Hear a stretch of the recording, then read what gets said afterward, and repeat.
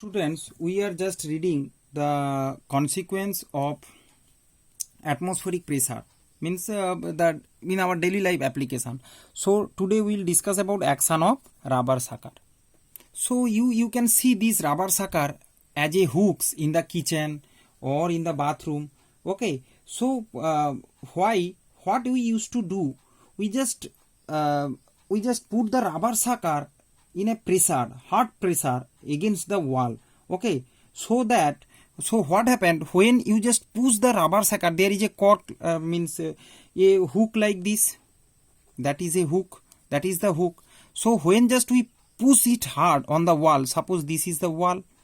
Okay, so on the wall, when we just push the rubber sucker, what happened? The air force out. We just forcefully out the air this area.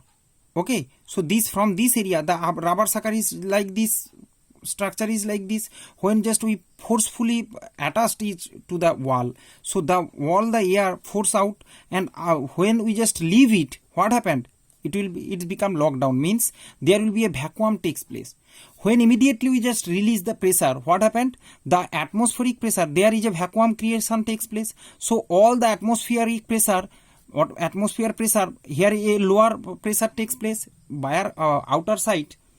Atmospheric pressure is much more higher than this inside pressure, so they wants to go here, but as there is the rubber cork, so what happened? They push the rubber cork towards the wall, and that's due to this pressure difference, atmospheric pressure and this inside pressure, that rubber cork used to stuck in the wall, and we will use it. Very nice application of atmospheric.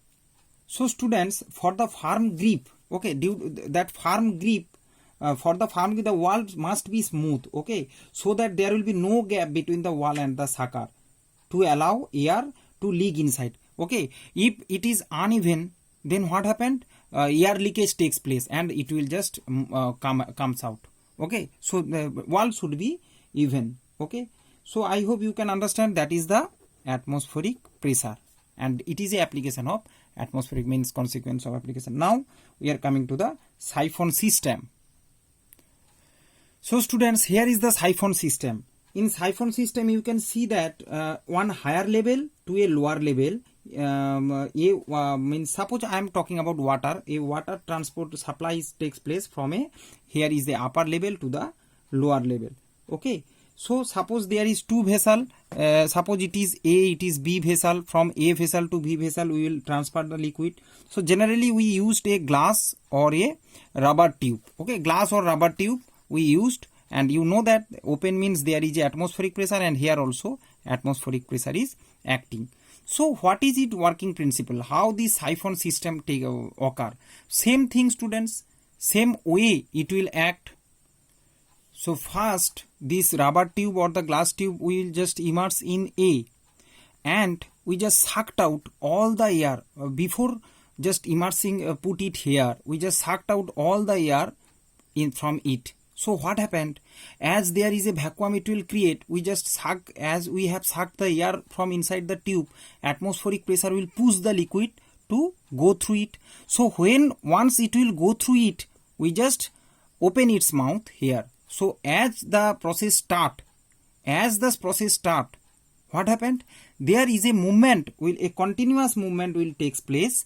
Okay, due to the pressure difference between the higher level, here higher level A to lower level B, a continuous pressure difference happens and continuous flowing takes place. First you have to just immerse in A, then just evacuate all the, create a vacuum, suck up all the air inside from the tube, and then when atmospheric pressure will push in this column, so the liquid will come through it, then just open in B.